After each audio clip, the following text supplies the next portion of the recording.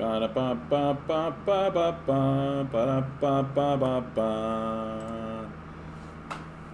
we are, we're streaming now. I'm super tired because I've been up for about 30 hours. 30 hours, it's a long, long time to be awake. Why? I'll answer the question right away that you, dear listener, into the future, who have clicked on this link in order to watch this beautiful live stream. Why have I been up for over 30 hours? Because I suffer from depression and likely ADHD, and sometimes when I'm absorbing all of the information about the news and the world's events, I get struck with the sensation of deep horror. And my brain refuses to allow me to sleep. I think it's a kind of like my brain is convinced that I am being chased, or that I am under major duress, and that I can't pause to sleep, that I have to continue moving forward. I think that's what my brain is doing, because it's just a dumb monkey animal brain, right? Like, it's just a dumb monkey animal brain doing dumb monkey animal things. And I'm like bombarding myself with light that is full of like news. Hi, Demand Better. Good to see you. Yeah, good day, you sleepy champion. Damn Somnia. You know, I've never actually heard that. That's fun. I like that. I'm going to take that. Yeah, just the world is super messed up, and sometimes I think it tricks my brain into believing I'm being chased by a leopard or something. Gelvera, I don't think I've seen you here. Thanks for coming in. I understand completely, and with everything stressing right now, no kidding. Like, the market's going to crash, the dollar's going to be devalued, the military's going to collapse.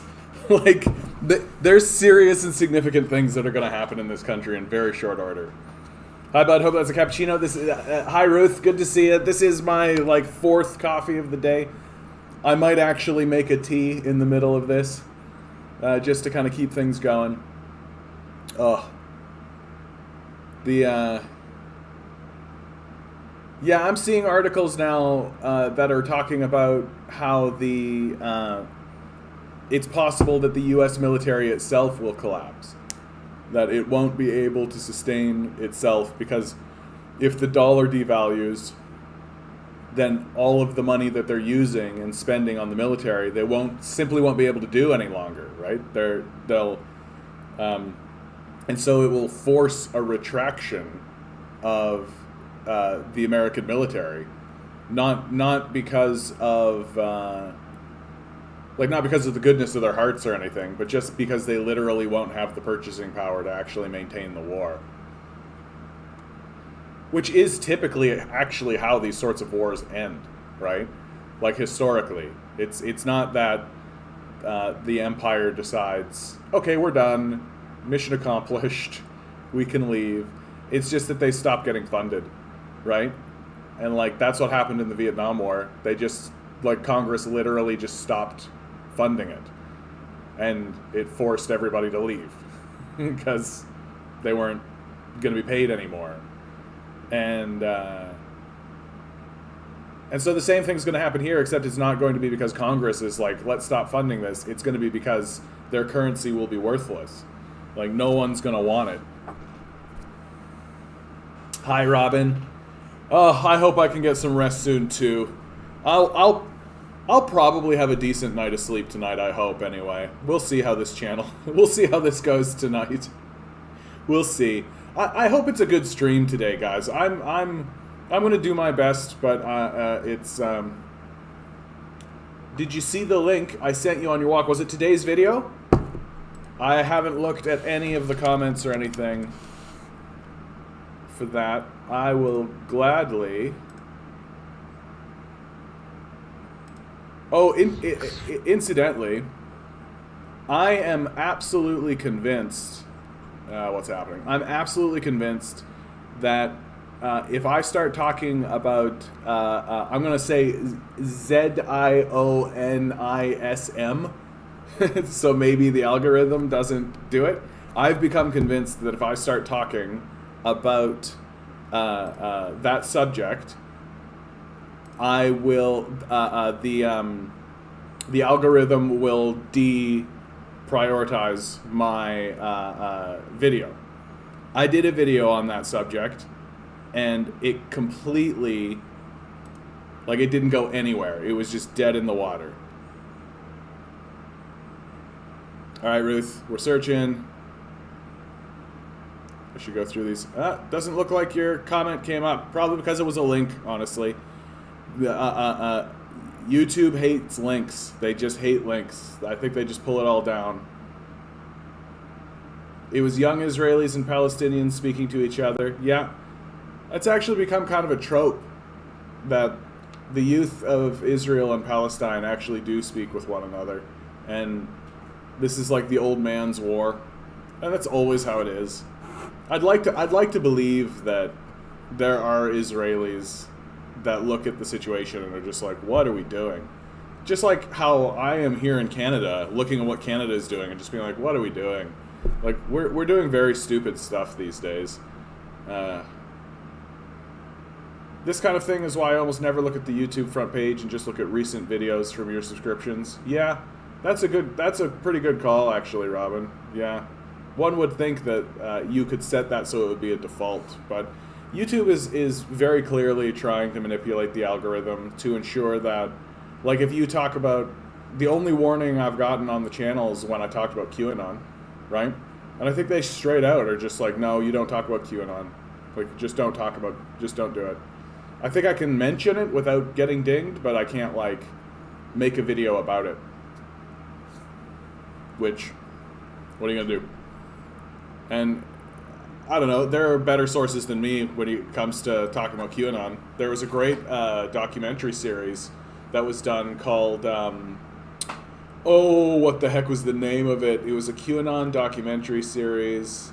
This fellow got embedded in the QAnon movement from its inception. He literally was just like at the Republican rallies and started seeing people showing up with Qs. And so he just started asking the question, who is Q? And started digging, like, right when it was super low level, and then followed it all the way through to the January 6th insurrection. And they...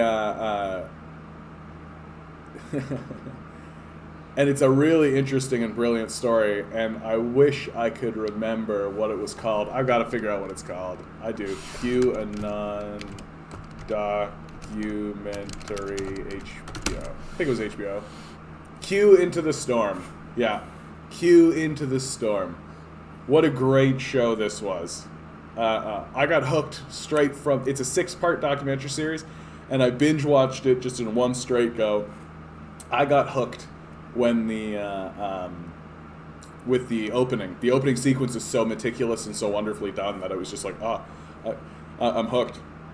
And he has fascinating interviews with, like, the people who are behind the anonymous movement, right? Really fascinating interviews with those kinds of figures, and really, like, paints a portrait of a supervillain. I think that's really what it comes down to, is that this guy paints a portrait of a supervillain.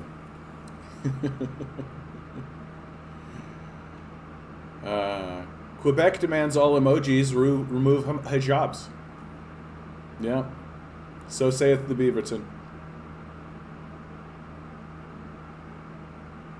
COVID-19 vaccination required for Western University students and residents. Yeah, that's fine. I love this. I make $16 an hour packing boxes at the Amazon distribution center. I'll be damned if people that's flipping burgers make as much money as me doing skilled labor. The response, Bezos makes $100,000 a minute and pays you $16 an hour, but you're mad at checks notes. McDonald's fry cooks. Yeah. That's this kind of logic right here, where it's like, I should make better money than, like, it's so arbitrary what we consider like essential or valuable or any of that kind of stuff in society, right? And it's completely culture dependent, right? Some cultures really, really value certain things over others. Like we overvalue actors. Like if you can get into any of these big multi-million dollar, billion-dollar pictures, right? These guys, like for literally standing in front of a camera and pretending to be a person who doesn't exist, right? They get paid like this outrageous amount of money. It reminds me of like in like medieval China, like in the 14th century, butchers were considered to be like a lowbrow. Like think about that. The people who are like doing your meat cutting and preparing your meat for you. Well, there was a period in China where those people were considered like the lowest of the low, that you couldn't go low on the social ladder. And it's like, those people are responsible for like preparing your meat.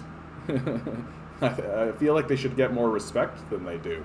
They're like dealing with the dead. Like I just feel like if you're ever dealing with the dead, you should be, at any sort, at any stage, right? You should be treated with a lot of respect. Yeah, what's the skill? Taping boxes? Yeah. I mean, maybe, yeah, how is it skilled labor to pack boxes, but not skilled labor to cook food, right? Like, how is it skilled labor to pack boxes, but not skilled labor to prepare food? Like, what's the worst thing that happens in your job packing job, right? So your box packing job, you put the wrong thing in a box and somebody gets the wrong thing. That's probably the worst thing that happens. Or like you don't secure the box well enough and the stuff falls out and maybe breaks. Okay, right? If you do a bad job preparing the food, you could poison someone. So like, why is one considered superior or inferior to the other in the first place? I have lots of opinions about that kind of like, why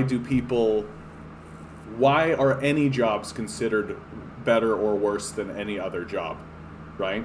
Like, it doesn't make sense to me. If there's a demand for it, if people want it, and you are willing to do it, then you should be compensated and treated with respect, honestly. And I think that something like a basic income would help a great deal with that, right? Like, people who have a basic income, who have their food, who have their shelter, they're going to pursue what they want to pursue, and they're going to do it with all their heart. And there are people in the society who want to be cooks, right? They just don't want to be cooks in shitholes, right? Why would they? The whole original tweet is very strange. Such a weird, misplaced, pride. Yeah, that happens. It's like a form of Stockholm Syndrome, where people get all, like, proud of their indentured servitude, their wage slavery, right? It's a kind of like self-delusion.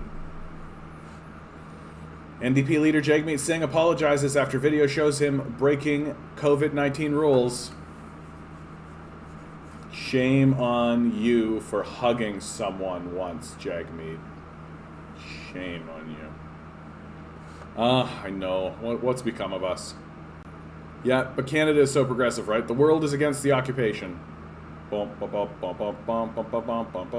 Pro-occupation. Canada, Israel, obviously Israel. Micronesia, Nauru, Marshall Islands, the U.S. So, like, the real big players in the world market. Yeah. Yeah, he got his shots. Exactly. You cut your finger on the tape dispenser versus burning down the joint with the fryer. Yeah. I'd be very impressed if someone managed to burn down the place with the fryer. I'd be very impressed. $1 million Toronto home has no bedrooms. I mean, anything's a bedroom if you put a bed in it, right? Any space's a bedroom if you sleep in it. I'm sorry, but there's certain things kids shouldn't see at Pride. When impressionable LGBTQ kids see gay bankers and cops flaunting their lifestyles at the parade, they get the wrong idea that queer liberation is possible within capitalism. Yeah.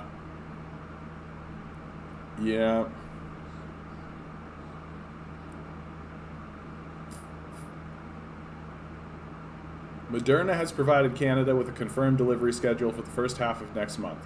It is also committed to deliver millions of additional doses. Yeah, we're just going to get bombarded with them now. It's going to be so many doses. And we're down to like just over 1,000 cases. Why Bill C-10 undermines the government's commitment to the principle of net neutrality. Blah. There is actually a really interesting story that is not Bill C-10 related. I feel like Bill C-10 is a distractionary tactic. But the government is attempting to pass legislation to give itself the ability to take down websites. That's something that we should actually be looking at. It was legislation that they attempted to table 4 years ago, and the entire populace stood up and said, hell's no, like absolutely not. And so they scrapped it, and now they're trying to do it again. And of course, because we're too busy whinging about Bill C-10, which is like this innocuous piece of non-legislation that doesn't really have an impact, we're just completely ignoring that. Or things like the Canadian Infrastructure Bank, which is a fascist institution that exists in our society now. Yeah, I love this. Forgiving CERB debt for ineligible Canadians who received unclear information to cost government $240 million. Oh no! Oh no! I don't care. It doesn't matter at all. Right? There's going to be some conservatives who are just going to be like, like our economy is like billions and billions and billions and billions of dollars big. Like we have like hundreds of billions of dollars. Our economy is like 250 million. That's like a rounding error, right? Like it's just people get really up in arms about extremely odd things, and this seems to be one of them. Oh, there was a misshuffling of a point, and it made $240 million. That's outrageous. I'm like, it's not really that big a deal. Ooh. This is from a video game that I play called Hades. This is the goddess Aphrodite. So I'm not like a simp. This is a character in a video game that I enjoy, called Hades, and everyone should play it. Best feeling in the world. Waking up in the middle of the night, but realizing it's only 2 a.m., and you don't have to go to work, because you've inherited your wealth and the system is rigged in your favor. That got depressing really fast. Yeah, to reopen, Ontario needs to see less than 500 to 600 new COVID cases daily on a consistent basis. Yeah, that's what I would like to see as well. I'm not really interested in this, like, oh, we're dipping down, so that means we can start to ramp it up. I'm like, we know how that narrative goes. We saw the third wave. Like, we understand how it works. Hades is cool. It's such a good game. But now Trudeau is giving billions to upgrade your house. Well, part of the thing, I think, Ruth, is that, like, if everything is going to move to electronic vehicles, and like if we are actually going to do renewable resources, if we are going to do that kind of stuff, then there does need to be like just a nudge from like, so if they create even the most modest grant or even loan program or something, right? People can start falling into this solar thing, right? And I've been saying it this whole time. Like, that's exactly what we should be doing. Like, just create an institution or a government or a grant that people can just get if they are going to spend it on upgrading their house and making it more, fossil fuel less. I'll be a big fan of that. Honestly, you know what I'm really looking forward to? I'm really looking for, if the prediction is correct, I'm really, really hoping that there's going to be less cars. I just hope there'll be less cars around generally. So often I'll be walking around in the streets and I'll be like looking at the beautiful houses, the wonderful architecture, right? The character that they bring to their environment. Like every neighborhood has its own kind of individual charm and its own individual viewpoint, and it's so wonderful.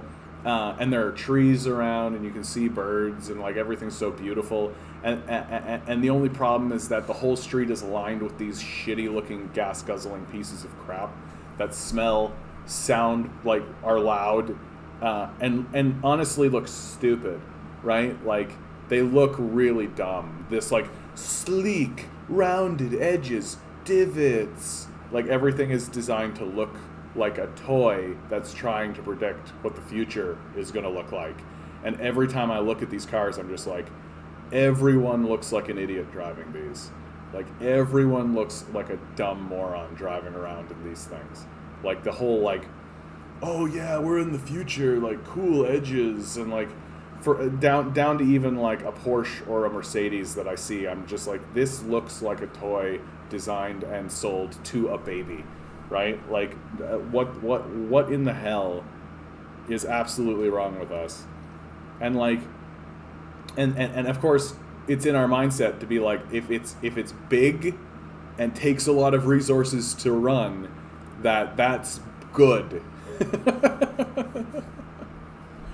When literally everything needs to be smaller, more compact, right? Like I just feel like it should be completely discouraged to allow like one individual to just drive around in this gas guzzling ridiculous thing.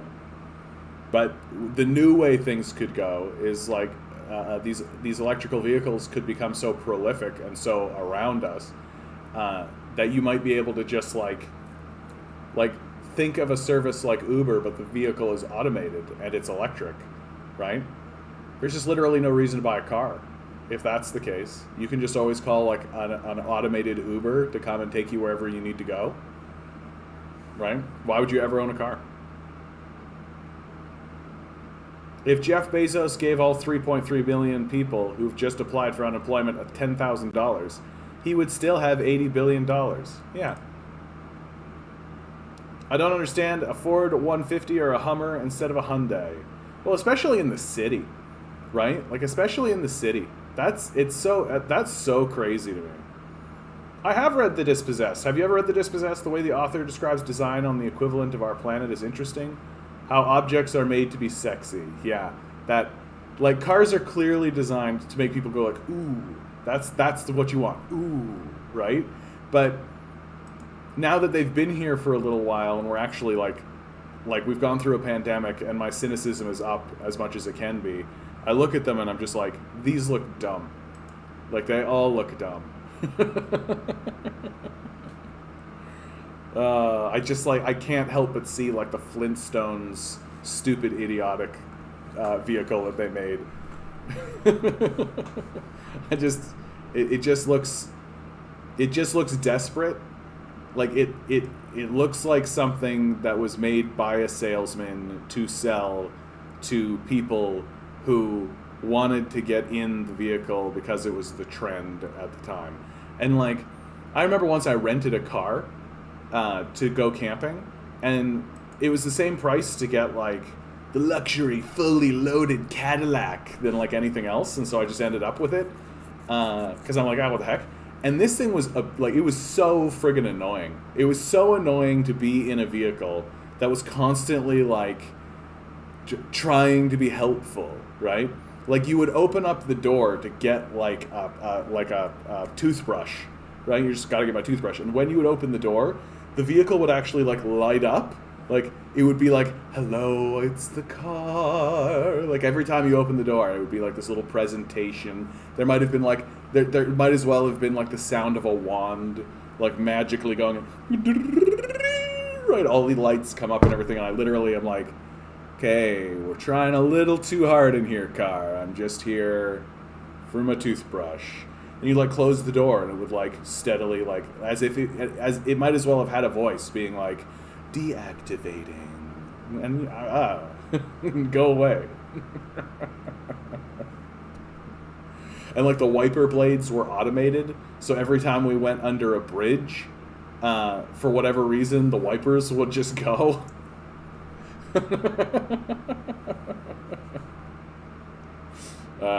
Yeah, so I'll be more than happy if there are less cars on the road. Get these things out of here. They're so annoying. Like, I mean, they're fun to drive, don't get me wrong. Like, driving is fun, but like, does every single person on the street need to have one of these? Like, really? I don't think so. Maybe we should invest in mass transit. How about that? Maybe we should invest in mass transit. Wouldn't it be cool if there was an industry that was, or like, wouldn't it be cool if there was a public service like the TTC, but it was all automated electric cars? Wouldn't that be cool? Like, instead of it being a privatized thing where there's like somebody getting exploited along the path, like create a government program like the TTC, do it through the TTC, where there's a bunch of electric automated vehicles. That'd be great. But they won't do that. They'll go the privatization route and make it much harder for everybody. Cars like that scare me. Give me cheap gas and a heater. I'm good. Hey Barnabas, how you doing today, bud? Ooh. Vancouver realtors' advice on how to avoid foreign buyers tax points to larger problem. Yeah, landlords. And how scummy they are. And how scummy it is to be a landlord. And like they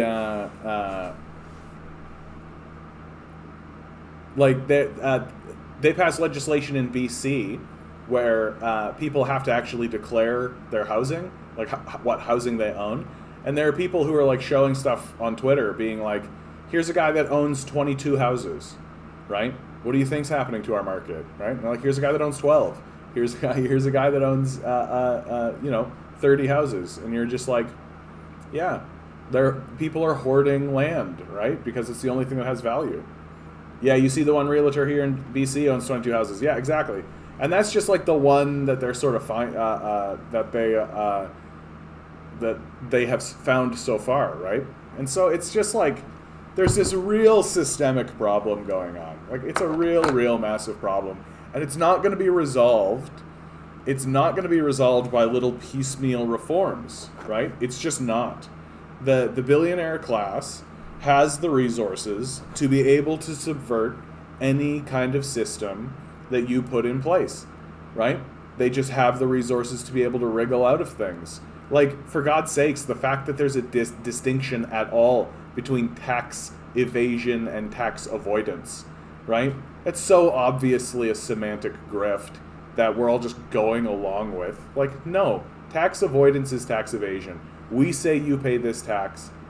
I don't give a shit if it, like, what kind of things you're trying to tap dance around or any of that kind of stuff.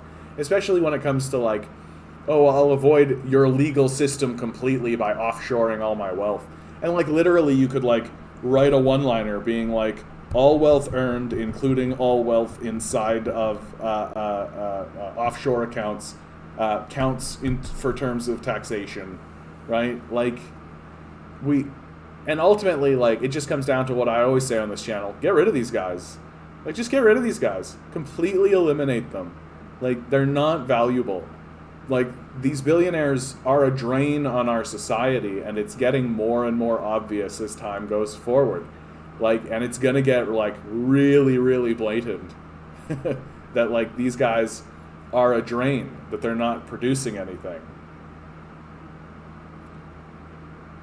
You're gonna make the name of your stream Unity? Oh yeah, okay, I get it. Mow them all. Mow. Yeah, just like what purpose do they actually serve? Like they're not providing any value. Get rid of them. Me explaining for the 1,000th time that hierarchy is not an inherent human trait, that capitalism is in human nature, that police don't protect and serve, that people have no power in bourgeoisie governments, that life has no meaning under capitalism, that no matter how hard the poor try, it's nearly impossible to escape fiscal insecurity, that communism doesn't mean an authoritarian government, that gender isn't binary. Yeah. We've been living in such a binary worldview for so long, right? It's difficult to have conversations about stuff like communism generally because people don't see that it's like a sliding scale, right? They really do think it's like we live in capitalism and then you want to make it communism, and then when they actually look at the communist society, it's like because it's on this gradient that's sliding, right? That's moving, like because it usually doesn't get there because the CIA comes and does a coup and the American military drops a bunch of bombs and they get rid of the leadership, and then you have to struggle with a period of fascism, and then finally you throw off the shackles, and because you're dealing with that, your society is in disarray, and then everybody goes, haha, look at Venezuela, socialism, right? Just like a bunch of Seriously, why get subsidized $10 billion for the Blue Origin when they just bought MGM for $9 billion? Yeah, you're talking about the Jeff Bezos thing. Yeah, like why are we subsidizing? Honestly, why are we subsidizing Jeff Bezos at all? Like, there is no reason, there is no justification whatsoever to be giving Jeff Bezos any money for any reason. Period. Like, why does he have that wealth if we're just going to keep giving him more? Like, what's the point of that?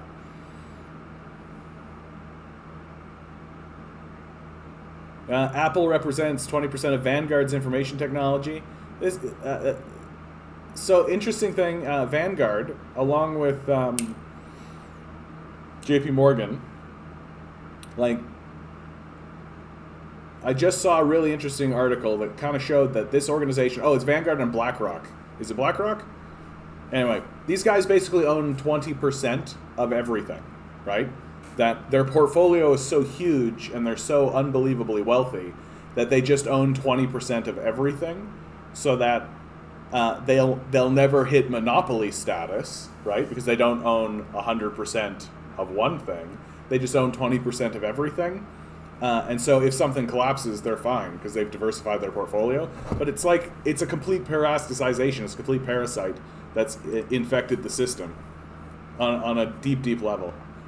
Yeah, also redistribute your sleep. Thanks.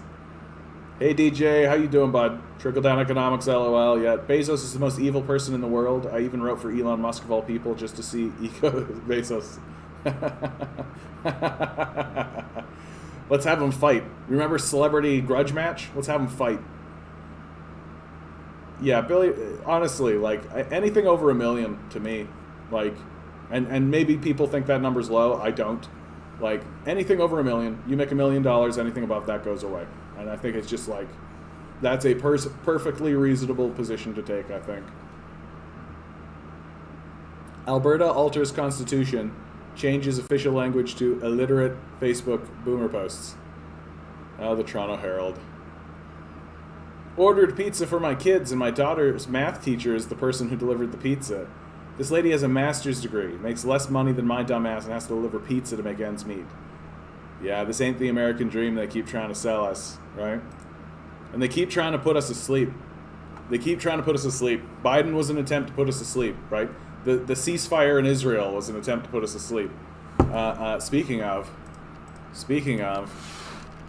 Al Jazeera. Al Jazeera.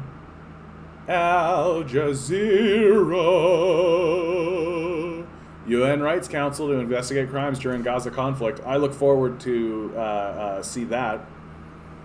Like, there's a lot of new documents that have come out that really, really make it very clear what's happening in Israel. It was like the Human Rights Watch.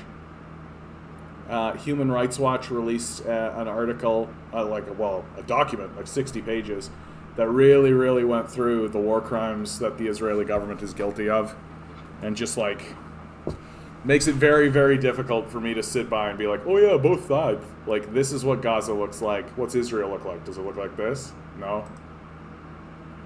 It's not really a fight, right? Like, it's just a beating.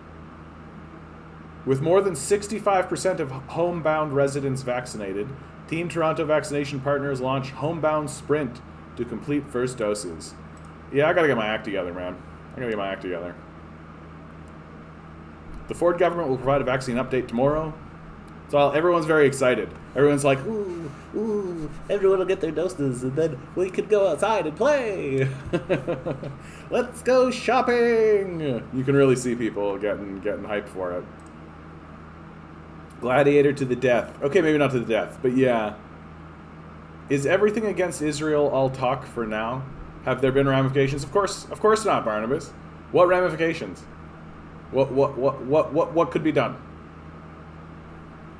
When you are ruddering up against Israel, you are ruddering up against the largest military on the planet. Like, what are you going to do?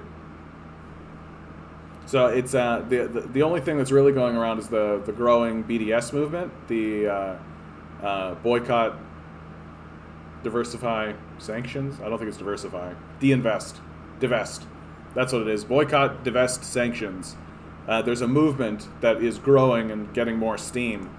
But again, like, the United States military is not going to back any kind of sanction or any kind of thing against Israel. And they're not going to take any of that kind of stuff seriously.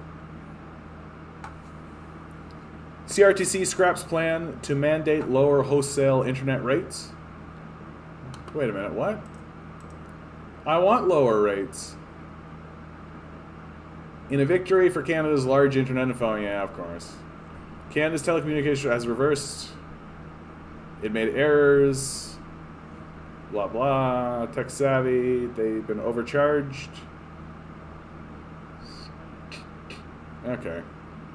Once more, the big guy has a win. We got to get rid of these guys. Like, what the hell is like this Bell, Telus, like this Robellus stuff? It's such goddamn nonsense. Like, our communications network is a utility, right? It should be operated by the state. It should not be operated by these private sociopaths who are obviously jacking our rates, right? We pay the highest rates in the world, right? And it's 100% because these three guys got together and we're just like, well, what are they going to do, right? And well, what we should do is nationalize the communications network until these guys get slagged.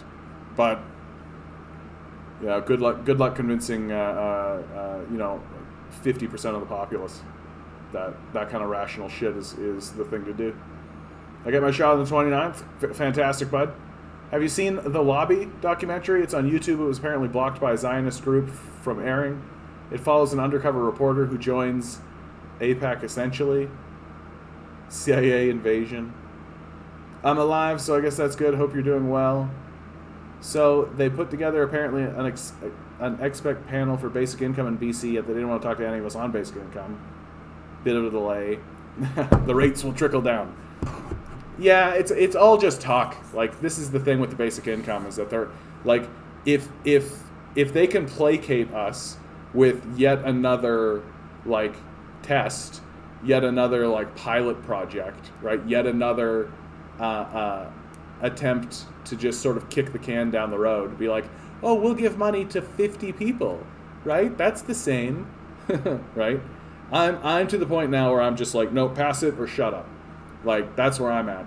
Like, pass a basic income. We know you can. We've done it several times. We have a basic income for children. We have a basic income for the elderly. We passed the CERB in a week. Like, it takes, we know you can do it. We know how you do it. You've done it before, right? Stop dicking us around. And that's really where I'm coming to. Like, I'm just like, no. If a politician is just doing pilot projects, I'm not interested. I'm not going to support them, and I'm going to crap on them. This should just be passed. Hey Jeff, how you doing today? Yeah, but that's socialism. Yeah, that's right. Because socialism works. It's a system that functions. We know it does. Like, the government can do stuff. The state can do stuff. We know it can. Because it has, and it does. Yeah. Just do it. Just look and do it. It's actually very straightforward. I'm already there with UBI. Yeah. I just don't think I'll take a politician seriously. Well, and I certainly wouldn't take a conservative, and I certainly wouldn't take a liberal serious. It'd be so funny if the liberals came out this next election and started to pretend like they were going to pass a basic income. Wouldn't that be funny? If the liberals stood up and said, we will pass a basic income. I'd be like, no, fuck you. No, you won't. No, you won't. Like, I don't believe that at all. But that'd probably be enough to convince a bunch of, gullible liberals to be like, oh, look, they said they're going to do it. That means they're definitely going to do it. Yuck. And we better vote liberal because they wouldn't want the conservatives to get in. It's like a cartoon, right? And then like the liberals get in, and then everybody goes, "Are you gonna do it?" And the liberals will go, "No."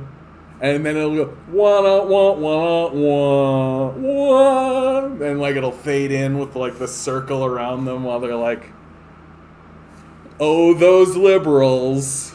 Like, Yeah, it's just, why do we, I don't know why anyone would trust a liberal or a conservative right now. Like, these guys are total shitheads. Making a law, promise, and lying. Yeah, but I mean, how do you even, yeah, like, that's the problem with our system, is that, like, the people who would have to make and maintain the law that says, oh, you got to tell the truth, are the people who are most incentivized to break their promises and lie, right? So it'll never happen that way. They'll pass a UBI like Biden passed the public option. Yeah, exactly, right? Which is why they're so desperate, why everybody's so desperate to go back to sleep, right? They want to go back to dreaming that things can actually improve. When the truth is that Biden, like, nothing's going to happen in the Biden administration any longer, right? Well, he came out and he did like a couple of good things. He did like 10 to 15 things that everybody was like, oh, that was really good. And it's over, right? Biden's not going to do anything else. That what the country looks like right now in America, that's what it looks like. And there's not going to be any more big stimulus bill. There's not going to be any more of that. That's over. Around and around we go. What did Alberta E say the definition of insanity? Oh, Albert Einstein. Voting in the same parties over and over again, expecting different results. Yeah, that's exactly right. Like, you can't, like, these people have been so infected by a system that is collapsing, and that they don't, like, it really literally is going to take like a last minute, like, market disruption to actually move this ball forward in any way in regards to the climate change issue. And, like, I'm so, you know what's going to be so gross, and it's definitely going to happen, is that if the electric vehicle market is disrupted and a bunch of electric vehicles come in and then it, like, does the whole cascading effect with fossil fuels, capitalists are 100% going to be like, yeah, we defeated the climate change thing because of capitalism. The free market decided to do electric vehicles. And it's like, no, you jackasses. Places like China invested heavily in the research and development of these technologies, and also the manufacturing of these technologies. And you just came along with your gobs of stolen wealth and bought it. Like, shut the fuck up. Amazon induces coffin-sized Amazon meditation booths in which warehouse employees can watch company videos about mindfulness to deal with stress. That is that is real as real gets, dude. You live in a dystopia, okay? Like, people keep talking about things as if it's like it's going to become a dystopia. No, you live in a dystopia. It is the Hunger Games. When you watch Shark Tank, right, or Dragon's Den, that is your society. Your society is begging fealty to a group of wealthy sociopaths who are only interested in you insofar as you can make them money. That's the society you live in. And here in Canada, that's literally the truth because of the Canada Infrastructure Bank. The Canada Infrastructure Bank turns our entire economy into an episode of Shark Tank every single time we want to get anything done. And it completely means that capital wealth is entrenched in our system, that we have to borrow money from billionaires instead of taxing it, which is a recipe for disaster, right? Even if we get any projects built, it'll impoverish the nation because we'll have to pay interest to these losers, just total losers, who do nothing and provide no value. No, this is a Christian server. Christian, I guess, technically. Yeah, even one of its most dystopian moves yet. What'd I just say? Amazon is introducing tiny booths where its overworked warehouse employees can momentarily escape a job so grueling, many employees say they don't feel they have enough time to even use the bathroom.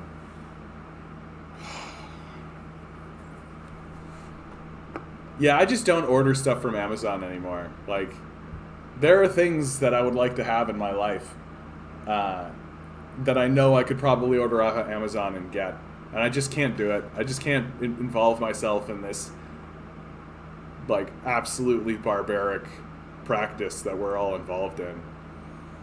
With Amazon, with Amazon, Jesus Christ, I wanted to create a space that's quiet. The people could go and focus on their mental health and emotional well-being. The Zen booth is an interactive kiosk where you can navigate through a library of mental health and mindful practices to recharge the internal battery.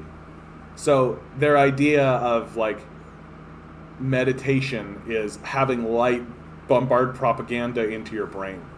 Like yeah. We honestly need body cams on politicians. Yeah, it'd be interesting to see what would happen.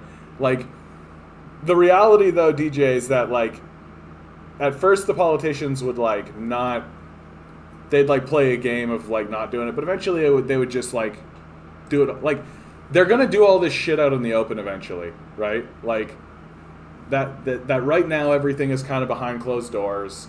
You know, like everything is like, you know, we don't have the footage of these guys at Jeffrey Epstein's island, but we know they were there, right? And they were all doing it on the DL right before. And then, like, moving forward, they're just going to do it openly, right? They'll be like, yeah, I went to Jeffrey Epstein's island. What are you going to do about it? And that'll be the end of it. They have a private jet. They've got a private military, right? Jeffrey Epstein's island is is outside of American jurisdiction. Yeah, what are you gonna fucking do, right? You gonna leverage all your money to try and fight me? No, I have $1 billion. Go fuck yourselves. And that'll be what they start to say, right? That they'll just literally be like, I don't give a fuck what you think. Straight up. Like Joe Biden. Like Joe Biden faced, like there was the accusation of rape that a lady sent towards Joe Biden, and like that kind of just quietly went away. But like Donald Trump proved that he can literally be like, yeah, you grab him by the pussy, right? Yeah, whatever, sure. Nothing happened, right? It didn't matter. So they're just gonna start doing it openly. Yeah, earnings bonanza continues as big banks, as RBC, TD, and CIBC profits up more than 100%. Like, fuck off. Like, fuck off. These for-profit banks, like, no. Like, it's so ridiculous to me that these banks are for-profit. Like, and let's see if CBC will even say like how they made their money. Posted a profit, because they got it by extracting it from us, right? They just extracted it from us, so that they can throw it in their offshore accounts. Part of the massive spike in profits can be attributed to the banks being able to draw down some of the money they set aside to cover loans they worried might go bad. Known as loan loss provisions, the banks squirreled away billions of dollars worth of cash, oh really, on their balance sheet in case they had to write off loans. But for the most part, that hasn't happened. Alright,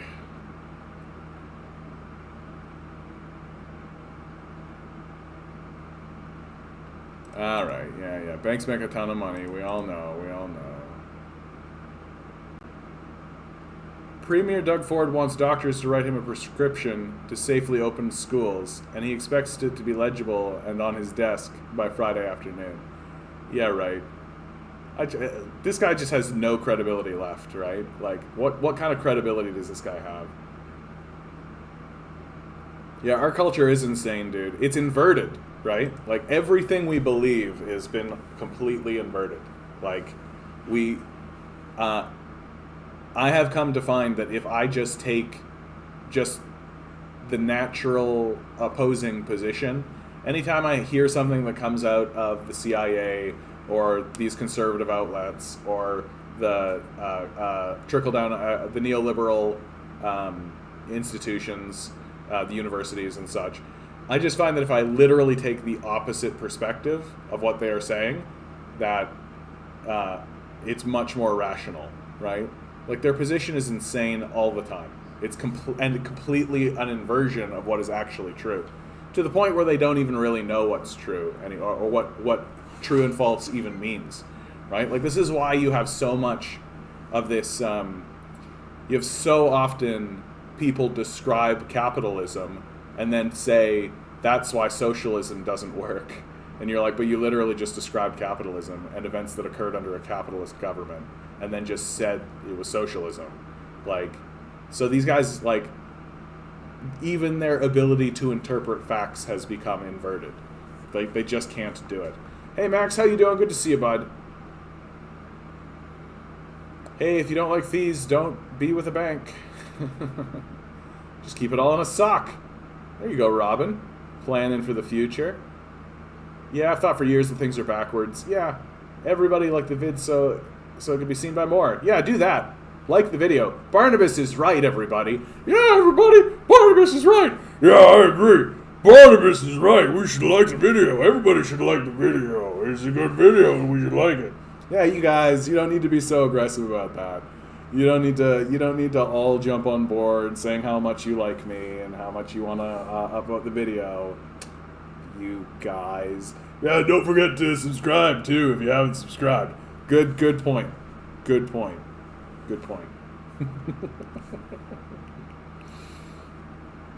Doug Ford made millions selling social distancing stickers. That's the bigger reason he didn't want full lockdowns. You might be right, dude. Like, he does own, like, a sticker factory, right? I bet you anything that if we did a dig into Doug Ford's, like, decision-making while he was a premier, I bet you every single time a decision got made, he was like, and this is what the sticker will look like. And then he commissioned his own company to make these stickers so that he could, like, put them up on gas stations and all this kind of stuff.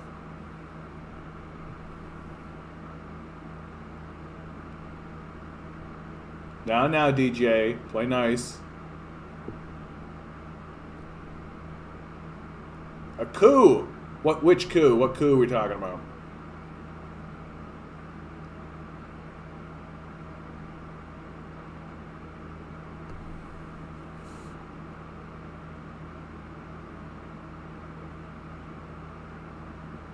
Yeah. No, of course it's true. Like, he owns a sticker company. Every time he does anything, there's a new sticker that gets involved, right? Like, it's pretty easy to see what's happening there. For your channel.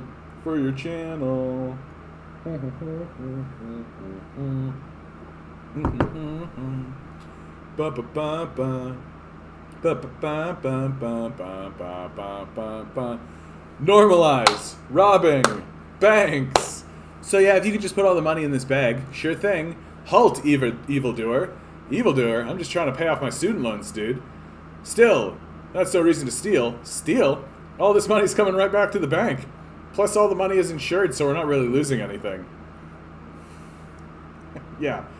Yeah, I would really love to see like a Superman comic where Superman just confronts the bankers, right? Like, just, like, come on, Superman. You can do it. I believe in you.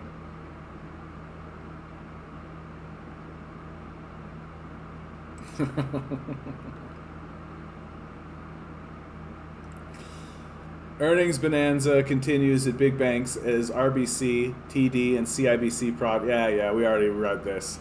Can you tell I'm tired? Can you tell I'm tired? I'm not grouchy, though. I'm happy about that.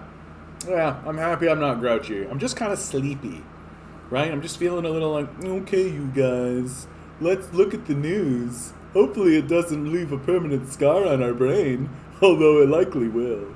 Well, at least we're being permanently scarred together, in solidarity with one another. That's what really matters. Founded in Guelph, Communist Party of Canada celebrates a century. Guelph today. I have tried to contact the Communist Party of Canada, and I have never received anything back from them. I think they've been bought by the capitalists. Like, just, I don't think that they exist in order to be mobilized or to mobilize anybody. I think they own the name and sit on it on purpose so that nobody can actually use it.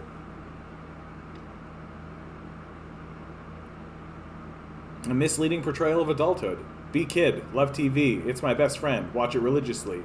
Interesting people. Fun activities. Exotic places. Fulfilling careers. Always something great going on. Life is a magical experience. Growup.exe. None of it's real. Shitty job. Boring life. Depressing environment. Exists solely to pay bills. My face when my best friend growing up was a liar. Yeah. Don't trust TV. Don't trust TV. It's just a little bauble that you look at. Oh. Oh, wow. Okay. Person with a gun. Sherborne Station. People are responding to reports of a man with a gun on the westbound platform. Well, don't bring a gun to a subway station, dude. This isn't friggin' America, right? Like, we don't do open carry. Let's just do a Sleepy Hedges day. Sleepy Hedges. You're not a true commie. I mean, what's a true commie, Ruth? Right? I feel like I have the communist spirit within me. Amazon, these Zen booths are just fucking a nightmare. There you go. Membership of UK trade unions rises for 4th year in a row. Yeah, people are figuring it out. They know where they need to go. They know what they need to do. Hey, lost dog. Yeah, lost dog. Trudeau backs Biden effort to identify origin of COVID-19. Yeah, so there's this big push going on now because there's new evidence that's come out. This was reported pretty well by the Hill, Crystal Ball, and Sagar. Did a pretty good one on this. New evidence is coming out that suggests that the COVID virus was actually lab-borne, that it came out of a lab in China. And this, of course, is sparking a whole effort by the Biden administration and now by the Trudeau administration to continue investigating that. Because, of course, they want to make that link happen, right? If they can make that link happen, then that is going to turn a lot of public opinion against China. And I mean, if it was in fact that China was doing work with flus and like COVID and Corona and all of that, and it did escape from one of their labs, yeah, that's a problem. Like, oops, China, oops, like not a good look, like not a good look, and the conspiracies that this is going to spawn are going to go outrageous, right? Like, people are going to say that China did it on purpose, right? That they inflicted us with this, right? Certainly had nothing to do with the United States' own inability to respond rationally to the crisis. But, like,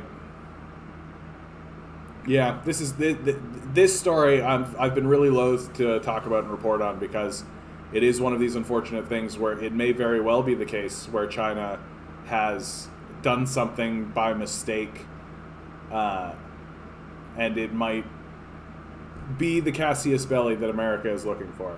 And it's very like, ooh, this is my face when we talk about this story. Ooh, yeah. I don't like the people who are calling it the Kung Flu trying to find ties to China released it from a lab. It's very like, ugh.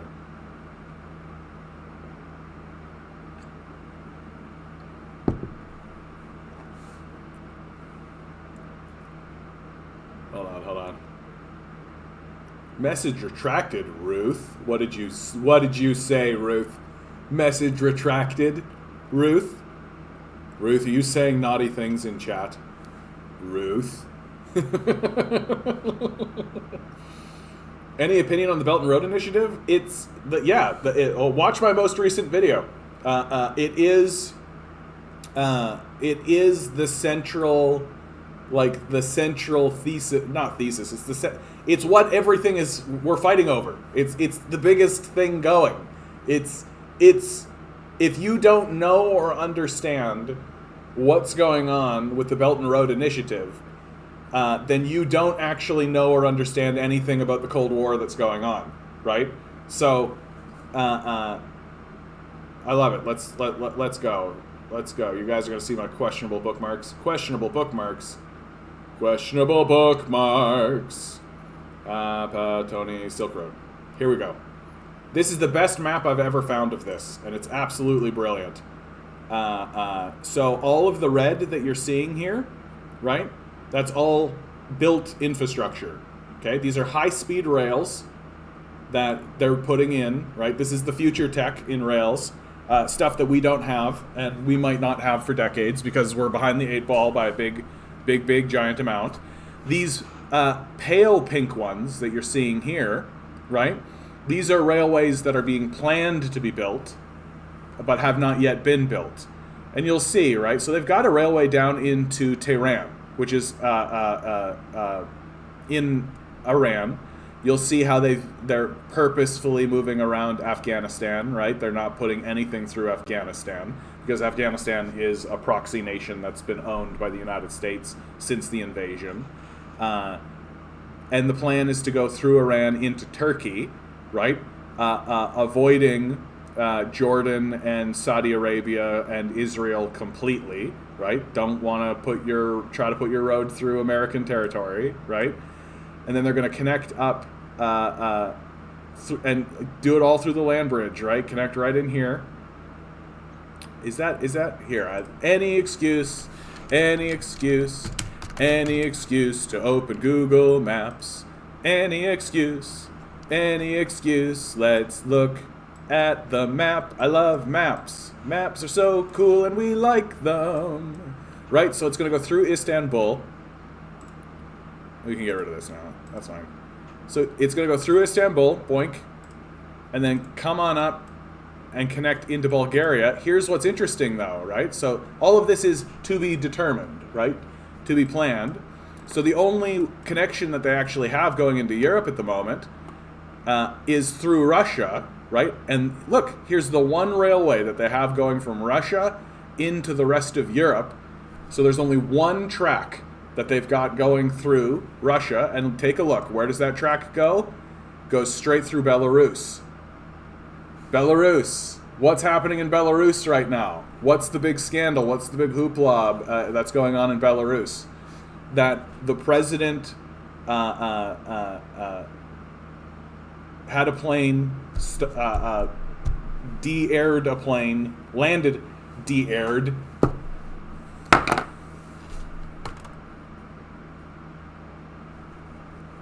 De-aired. Okay. We're okay. It's only 31 hours, okay? We're okay. I've done worse. I've done more. Landed a plane, de-aired a plane. So they de-aired the plane and got this political opponent, right, who has ties to like neo-Nazi organizations and the CIA. So I'm always like, oh, okay. Like, Nazis don't have rights, so it's very difficult for me to find sympathy with such a figure. Anyway, so he landed and had this guy arrested. For what? We're not actually sure. Our media doesn't actually report on this stuff. And so now the European Union, or certain members within the European Union, and of course the United States, are talking about putting more sanctions on Belarus. There's already sanctions on Belarus, so now they're talking about doing more sanctions on Belarus. And of course, what the goal is for the United States is to have their borders shut down completely. Why? Because it's the place where the Belt and Road Initiative actually goes through the rest of Europe. So if they can shut this down, just nothing comes through here, right? Well, that's it. That's it for trade with Europe. Well, not it's not finished, but instead to trade with Europe, they literally have to, like, instead of just sending stuff by rail up this way, they got to put it all on boats, and it's got to go dorpy, and through the Suez Canal, dorpy, right?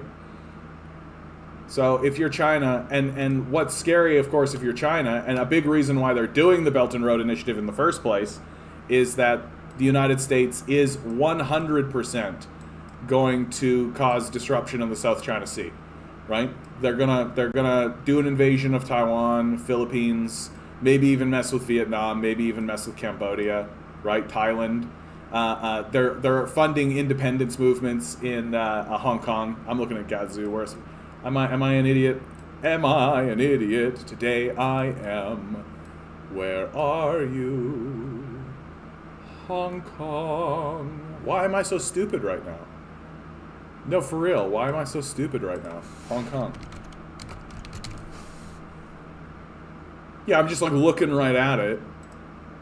Just the stuff wasn't coming up. I blame Google Maps.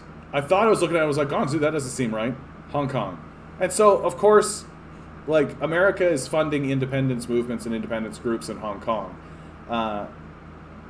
And of course, like, there are neo-Nazis involved in this process. There's all this kind of stuff, the classic stuff that America gets involved with.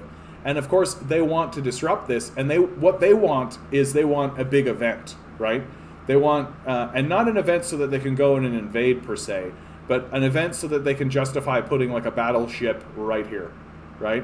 If they can put a battleship right here and then just disrupt trade in the region, right? Disrupt trade in the South China Sea, make it so that China can't even get boats going through the Suez Canal in here, right? This is completely an American strategy, the American strategy of encirclement. It's what they've done to Iran, right? Iran, they've got military bases all around this area, like literally military bases here, military bases all around here, right? Like, they're ready. If they wanted to take out Iran, they probably could. I think the only reason they don't is because of the international scandal it would cause, and it would be an enormous scandal if they invaded Iran. So I have opinions on the Belt and Road Initiative. My opinion is, if you don't know anything about the Belt and Road Initiative, you don't know anything about global geopolitics in the modern era. This is the most important thing happening in the world today. If you want to know anything about the Cold War, if you want to know anything about how America is attacking China, right? All of America's logic, all of their actions, everything that they do, comes down to the Belt and Road Initiative. It's an enormously important project. It's an enormously important peace project.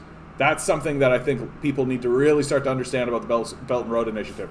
Look at all the nations that China is explicitly at peace with, right? They have to be at peace with these people, because you can't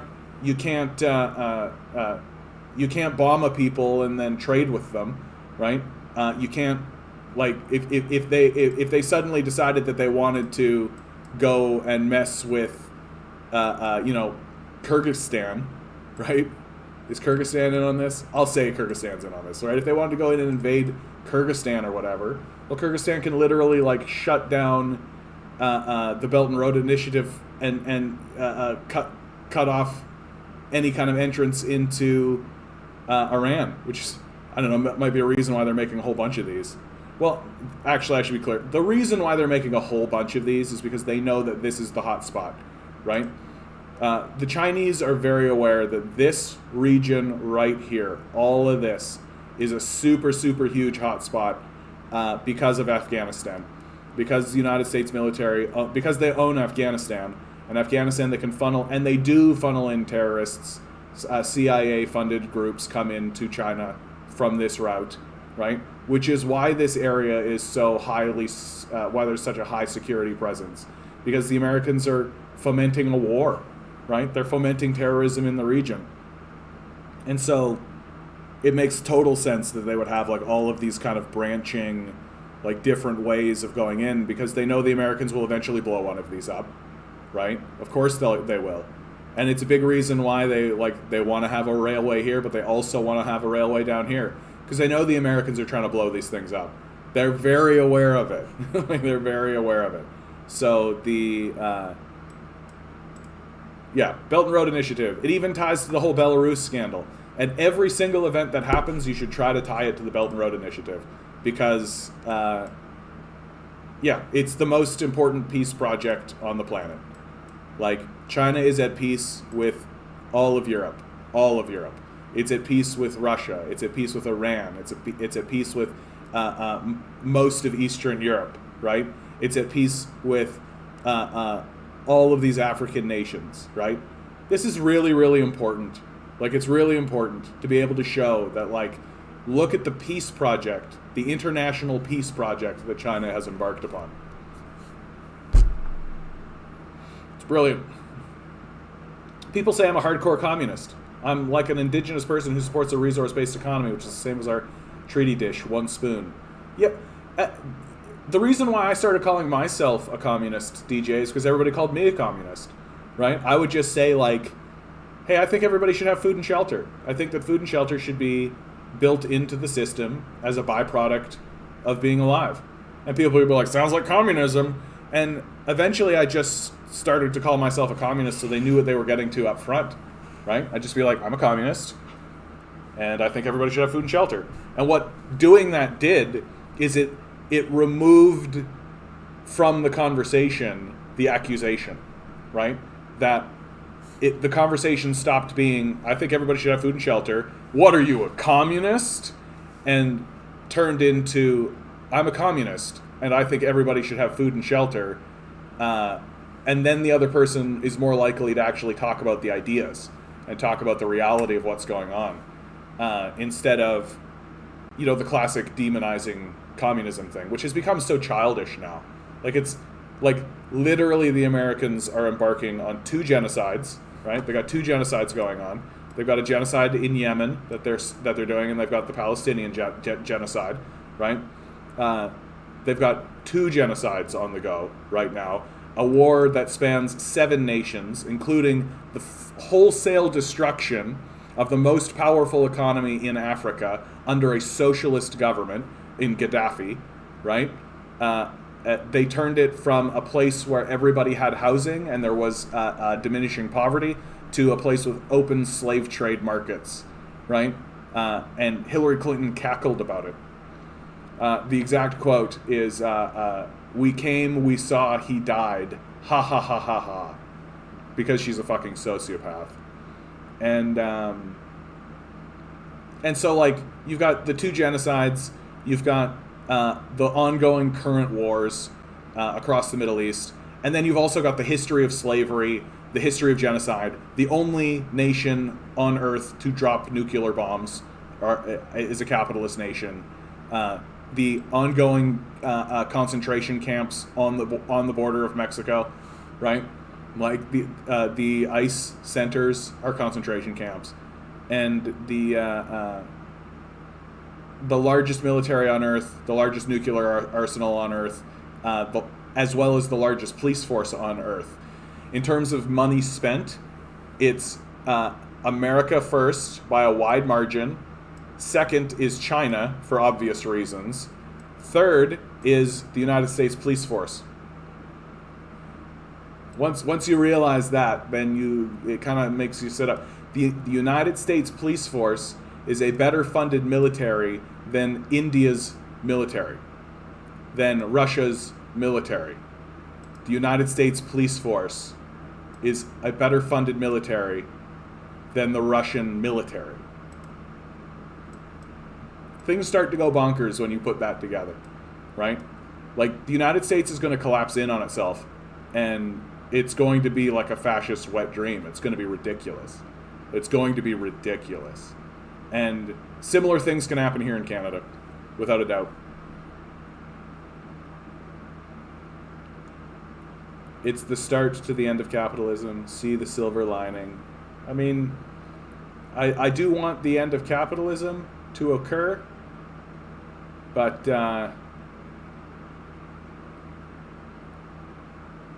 didn't the U.S. government fund Wuhan? I don't know, Max.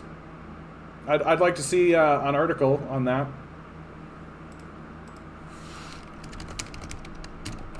Government fund Wuhan.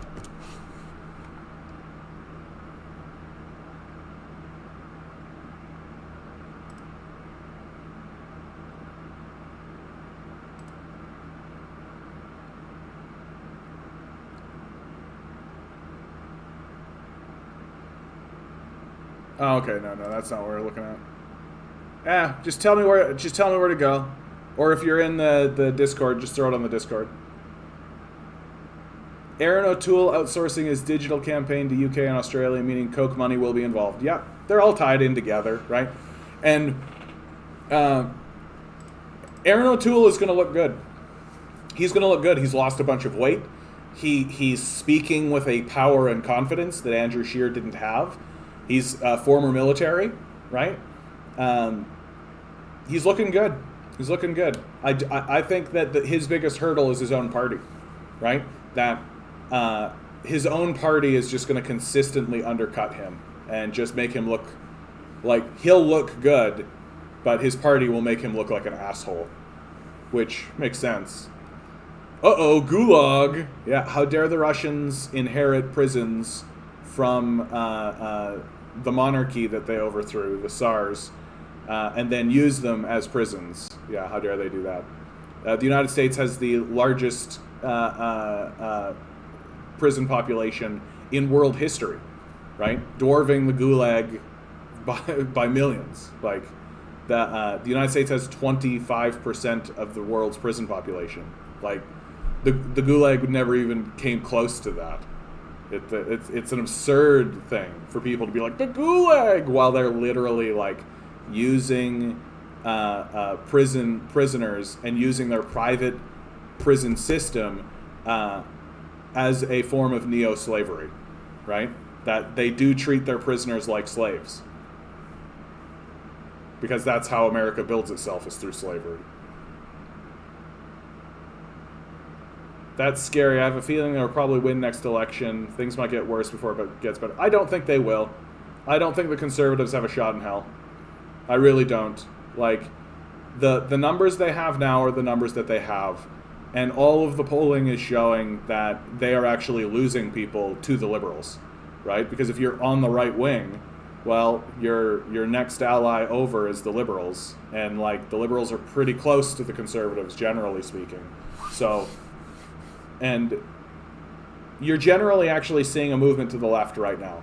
And we're going to see that, and the polls indicate this, so I'm not just speaking from, like, hopes and wishes and dreams, that Canadians are trying to pull things back to the left.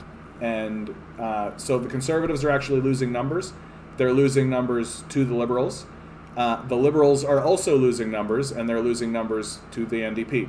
So it's like this siphon over to the left. Aaron O'Toole polls the worst in terms of favorability as a leader. Then it's Trudeau, and then it's Jagmeet Singh. The populace actually has quite a favorable view of Jagmeet Singh. And I think a lot of people have kind of gotten over the turban. And this next election will be very interesting. It'll be very interesting to see how it goes. Anime bookmark, anime bookmark, anime bookmark. How dare you? So anime is great. Anime is great. One Punch Man is like one of the great animes. The first season. Don't bother with the second season. That map is why China's fault, and they have some idea that we are the smartest. Yeah, that's right. We're the smart ones. Not Belarus, the gasp. That's where the CIA is planning its next invasion. You got this. De-aired. Yeah. Thanks, Robin. Brandon, thanks for coming in, but I don't know if I've ever seen you here. Thanks for being here. Why have I been up for 30 hours? Because the job that I do forces me to stare into the void. I'll try and say that as nicely as I possibly can without making it sound like I'm in like a horror nightmare sort of scenario, but like light bombards into my eyes and scars my brain with horror. And so sometimes I'm like, well, time to go to bed, and my brain is like, ah! Ah! Ah! And I'm like, okay, brain, let's, instead of that, do you want to play a video game? And my brain's like, yes, I want to play a video game. And so then before I know it, like I try to lie down again, and maybe I do drift off for like an hour or like a half hour, and then I like wake up in a start, probably because I'm having a nightmare that I immediately forget, you know, the way you do. And then, you know, I try to just relax, read a book, drink some tea. And then it doesn't help as well that I'm like, I have depression, Since I was a kid, I know that's true. And then also, I'm recently coming to terms with the reality that I probably do have ADHD. That's probably right. I don't know if I want to like medicate it or not, or seek medication for it, but yeah, just like sleep is elusive for me. It has been like this my whole life. That I'll get into like a decent rhythm where I like get to sleep and all this kind of stuff, and then it's just sort of, there are nights where my mental frame is literally like, you cannot go to sleep. You are being chased by something. The stress that you are experiencing is convincing me that you must stay awake, because clearly it has to be that you're being attacked by a tiger or something, right? What, you're telling me it's this large existential, enormous threat that exists so deep in the meta that you can't really truly act to do anything about it in anything but like minor kind of ways? Sounds the same as being attacked by a panther. Stay awake, get ready to fight the panther. Because at the end of the day, we're just fucking monkeys. We're monkeys that built nuclear bombs, right? That's it.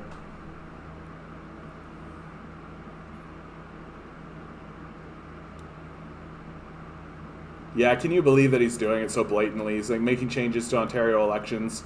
Doug Ford is making changes to Ontario elections. Literally doubling the amount that people can donate. What a fat idiot, eh? Like, what a fucking moron this guy is. Yeah. All the Doug Ford nonsense. What would you rather other than capitalism if it collapsed? I was hoping we could have made a smooth transition with the basic income into something else I like. Resource-based economy. Yeah. Just a plan would be nice, right? Like, that to me is the big success of China and how they've managed to build such a large project so successfully, is that they literally sat down as a group of people and were like, we need to make a plan. And so they make like a big, long, like 100-year plan.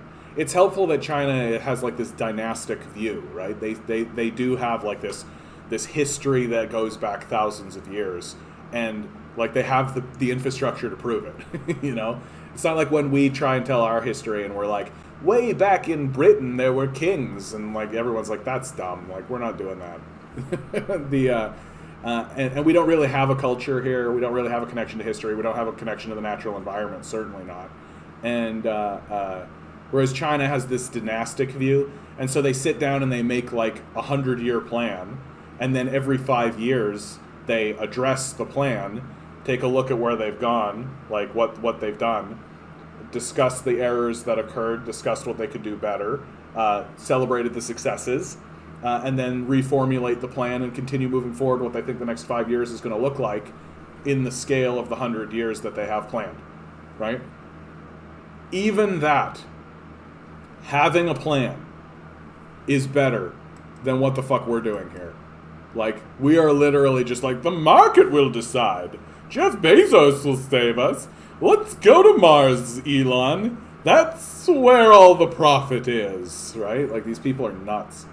And I could just do with a plan, you know? I could just do with, like, and we know that they can do it because it's obvious that the military has a plan, right? The Pentagon has a plan, right? You can read the documents, right? They have a plan. There's just no infrastructure plan. There's no plan for how to build the United States and Canada. Like, there's no plan for that.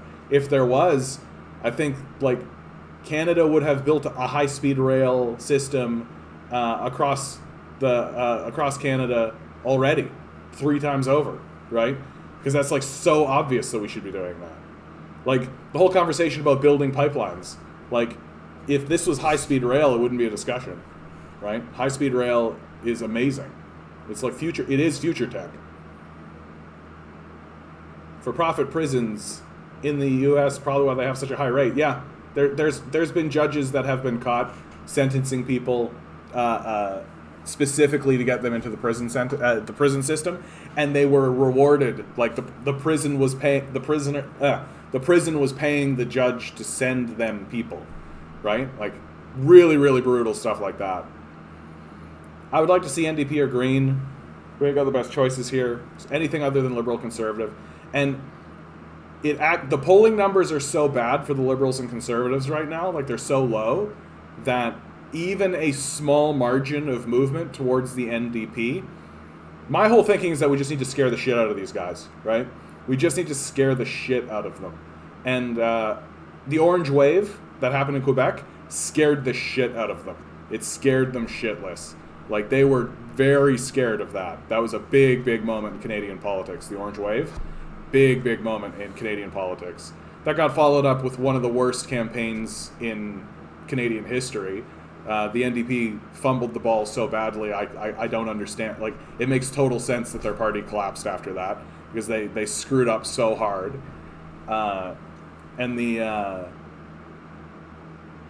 But yeah, we just need to, like, terrify these liberals, right? Terrify these conservatives. And I think that we are going, like, ultimately, my prediction is another liberal minority. That's where I think we land. I think most Canadians want to see a minority. I think most Canadians like minorities, minority governments. I think that, and given the uncertainty that people have, and also I think given, like, it looks like Jagmeet Singh is going to run a pretty leftist campaign, right? Like, he's not going to let these liberals outflank them on the left like they always do. Like, he's going to say some stuff that the liberals cannot follow up on. And it'll be interesting. And it's especially interesting because Canadians do fundamentally change their minds on the lead up to the election. We've seen that happen over and over again in Canada. That Canadians, the polling will just literally be like, Liberals at 30%, or Liberals at 35%, and NDP at 25%. Liberals at 30, at 35, NDP at 25, and it'll just be that way until about 4 weeks out, and then suddenly the numbers will start to change, right? And it's not to say that the polls are inaccurate. The polls are accurate. It's the opinion of the Canadians that are changing. So we don't pay attention to politics until 4 weeks out from the election, where that's when most Canadians start to tune in and start to actually discuss with one another what's happening. And they'll read the article, right? They'll talk to guys like me, right? And they'll have their minds changed. It happens a lot. So this next election is going to be a really key election in Canadian history. Like, it will truly chart the path of Canada forward. That if we get, like, a liberal majority, I consider that to be a major disaster. Like, I think a liberal majority would be a major disaster for Canada. Even a conservative minority government would be better than that. The only thing worse than a liberal majority would be a conservative majority. And that's not really in the cards, I think. And so I think the most likely thing to happen is that the Liberals get a minority. Oh yeah, Disco Elysium. Yeah, fun game. Really fun game, actually. I finished it once, and then I went back and tried to replay it in a different way. And then I think my ADHD really kicked in and was just like, you've already done this. Don't worry about this. Like, move on to something else. And so now I'm playing Grim Dawn. I have BPD, if it helps. What's BBT? BPT. Oh, man. BPD. I did it. We apparently had a decent rail system in Canada. My great uncle helped build it. They said it cost too much to upkeep, so they pulled it all out. No, we have a rail system in Canada. Our rail system is pretty robust here in Canada. It's like one of the big, like, what links Canada across. My hometown, where I came from, I come from.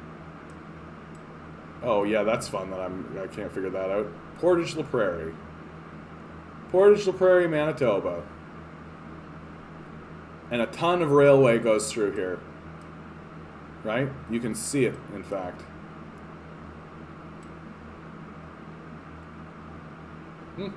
Probably just changed the routes.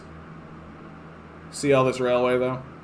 Portage la Prairie, before the advent of flight, was actually planned to be one of the largest cities in Manitoba. Now, not so much. Winnipeg has a very similar story. Because as you can see, Winnipeg has the distinction of being built on two rivers, right? The forks. And this river comes up boop, boop, boop, right over here. So, and also, sorry, it goes over here, and you can see, right? This is the St. Lawrence Riverways. And it all connects, so you can get a boat through here. And where does it end up? Am I crazy? Yeah, no, and eventually it poops out in the sea, in the water. Where am I? What am I looking at? I'm being so dumb. I'm just being like the dumbest. Here you go. The Nelson River. And then at some point this turns into, yeah, there you go, the Nelson River, Swipsky. All the way down, all the way down, all the way down, all the way down, all the way down. Boom. Right? So goods come in through the Hudson's Bay. We all know the Hudson's Bay Company, right? All the way down from water, boink, into Winnipeg. And then Winnipeg, shunk, has another lake. And that lake, or river, goes right past Portage Prairie. Hey, Spencer. Thanks for tuning in, bud. Thank you so much. I appreciate it. It'd be nice to actually, like, get on a boat and do that waterway. I bet it would take forever. What a journey that would be, though. I've done big canoe trips like that, though. They're fun. Until you have to do any amount of portaging. Then they're the worst. Then they're absolutely the worst. The idea that people were, like, actual portagers. Like, this is called Portage la Prairie. Portage la Prairie, right? You take a canoe and put it above your head and walk. And this is where they, like, literally would, like, stop. Oh, well, thank you, Spencer. That's so nice of you to say. I'm an artiste. That's how I need everybody to say that. Not an artist, an artiste. Okay, enough of this talk. Where are we going? Let's get back to Reddit. Oh yeah, this is so brutal, this stuff. Like, Abby Martin just talks to people. I think Israelis have to take over, and they have to kick them away. It will be much better not to kill them, just to go back to Arab. We're not going to kill you. We're just going to completely displace you and banish you from your homeland. The people of Syria have spoken to re-elect Bashar al-Assad nearly unanimously. Yeah, Assad.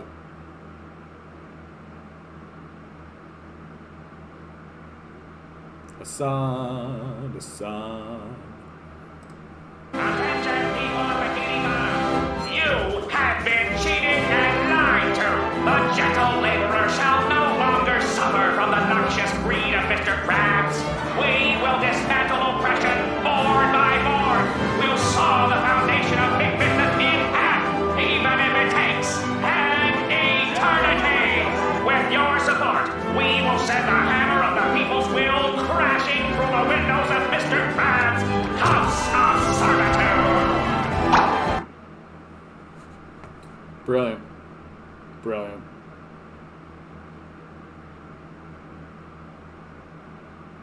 It's time to end the special relationship with Israel. Yeah, good luck with that. That's never going to happen.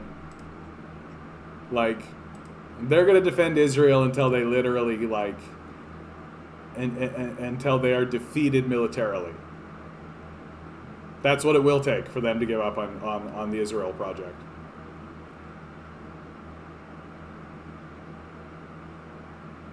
The Canadian anti-masker death threat meltdown is getting weird now, because before it was totally normal. Mr. Ford, now that you've closed schools, will you take the opportunity to implement some recommended safety measures? Yeah, we're not going to do that.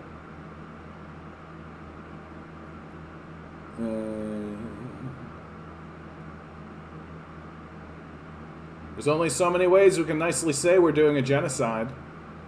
Yeah, let them wear themselves out, for sure.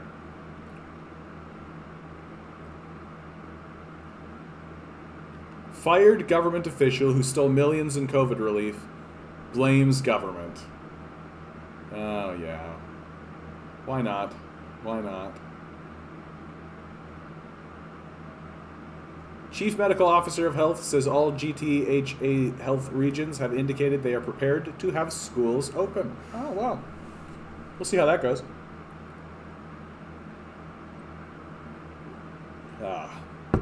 TTC is shutting down 11 stations for an entire day this weekend, for your information. Oh, yeah. Probably just to do general repairs and stuff. Yeah. Forget better wages. Have a Zen booth. I love that this is going around. Amazon introduces tiny Zen booths for stressed out warehouse workers. And it's not even a booth where they can go and just sit in quiet. They got to go and like be bombarded by like propaganda. It's great. That's some like Black Mirror dystopian shit. Yeah, owning a cottage is becoming a pipe dream even for Canada's wealthy. Yeah, you got billionaires speculating on our market. They're just buying up land. Yeah, let's see in August about school. Yeah. I suspect that we'll get a fourth wave out of this. That looks a lot like the second wave did.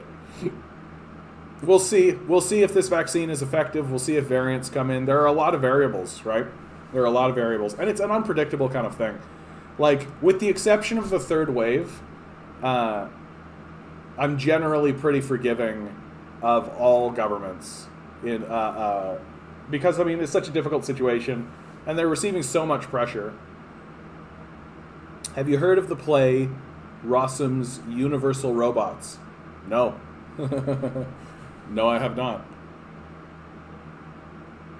Canada's attempt to regulate sexual content online ignores technical and historical realities. You can't... I'm not going to get into this. I'm too tired to deal with sexual content. Like, yeah, I'm going to say something ridiculous and stupid, and I don't want to bother.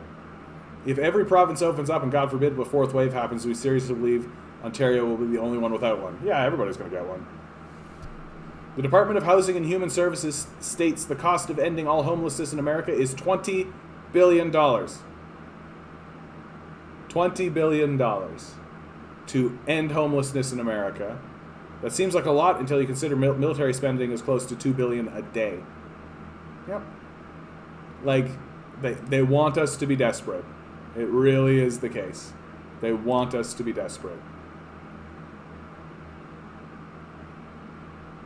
And, like, they've been pretty open about that, right? Like, here, if you guys... I always got to make sure that everybody knows about this. Alan Greenspan quote.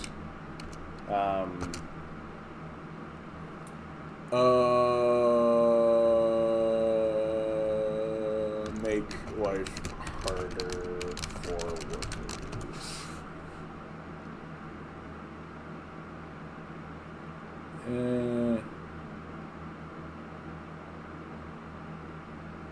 Come on. I'm not gonna find it. Not gonna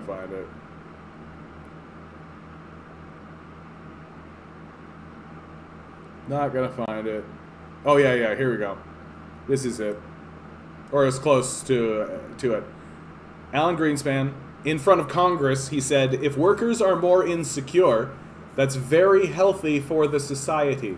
Because if workers are insecure, they won't ask for wages, they won't go on strike, they won't call for benefits, they'll serve the masters gladly and passively, and that's optimal for corporations.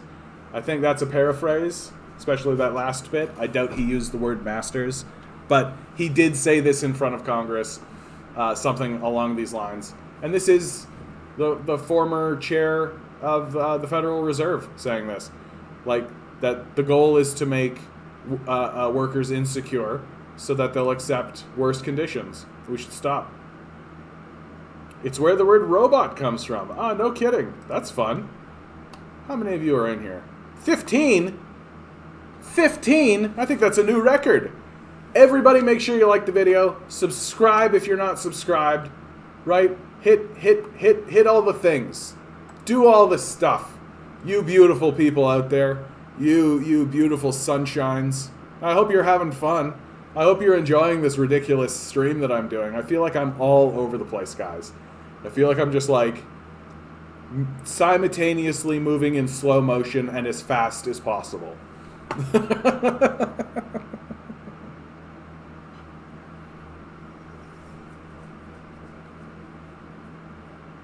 Premier Ford sends a letter to educators, scientists, doctors, unions asking 7 questions to find a consensus as to whether or not to reopen schools. Questions include whether a growing number of variants of concern pose risk to students and education workers. You know what I think is great about that? Really?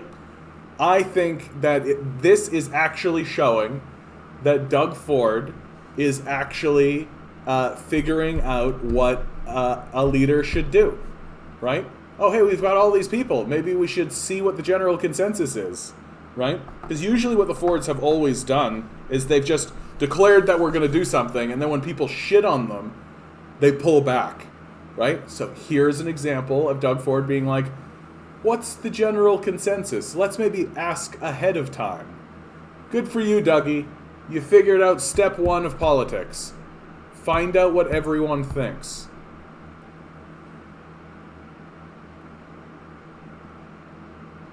Money has no value. Capitalism doesn't work.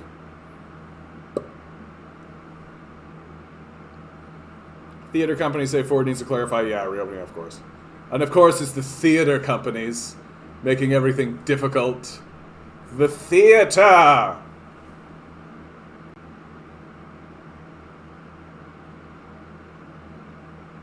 Robot described as biological beings, yet without souls. Oof.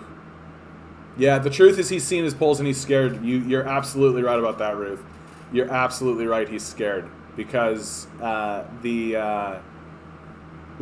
it doesn't take much in Canada to go from like a minority to a majority, or to go from a majority to nothing at all, right? Like the percentages are so thin in this game of politics that we do that he lost like 5 points, and that's enormous. That's enormous. You lose 5 points, you might not get seats like with that kind of loss. It sounds so small, but it's so significant. And no, so of course he's running scared, and he's doing everything he can to kind of shore everything up. But the reality is like any competent politician, any competent person is going to be able to walk into this campaign with this guy and be like, he's cut literally everything. He put himself on the board of directors for a long-term care system that he privatized in the middle of a long-term care scandal. Thanks, Mike Harris. And and he completely botched the third, like without a doubt, completely botched the third wave of this pandemic. And you want to re-elect this? No. I genuinely think that if you tick Ford in this next election, that there is something wrong in your brain. Like there's like go talk to a doctor, like that kind of stuff. Seek medical professional help. Yeah. Like he does like who are the people supporting this guy still? Got a hair on my tongue, it's really annoying. Canada Post says 950,000 customers exposed in data breach. Why? What? Malware attack, corporate customers. Okay, all right. We got bigger fish to fry. We got bigger fish to fry. Whatever we're frying. Yeah. See, there are some people that are making this argument, saving capitalism with a universal basic income. That's why it's important for people to the left, socialists and communists, to treat the basic income as a transitionary method to get to socialism and communism, not as a way to prop up capitalism, which is 100% what it's going to be. What glitters is gold? I don't think I've seen you around. Hi, how you doing? I had you worried for a second. Over basic income? You thought I was going to be like, basic income's so great, guys. It's going to be the future of all things and everything's going to be great. No, it's a patch. It's a patch to, like, if capitalism is software that is buggy and is having problems, it's a reform, it's a patch. It doesn't ameliorate the fundamental issues with the capitalist system. And some people do argue that a basic income would simply prop up capital. My general opinion is that a basic income will get passed out of desperation more than anything, that the capitalists will have no ideas left because they refuse to confront capital, right? That's the number one thing. Like, the liberals and the conservatives refuse to confront capital, which is what we need to do. We need to confront capital. And something like a basic income has a lot of potential to just put lots of people to sleep, make sure that people who are politically active no longer are politically active, right? Sort of de-stress them, right? And it does ameliorate those sorts of issues. So that's the reason I support it, right? Because I view it as an emergency measure, right? That, like, it's all well and good to talk about putting a guardrail up on the cliffside, but if there's people hanging over the side of the cliff, we should probably get them up first before we build the rail, right? A lot of other measures need to be in place alongside a basic income. I completely agree with that.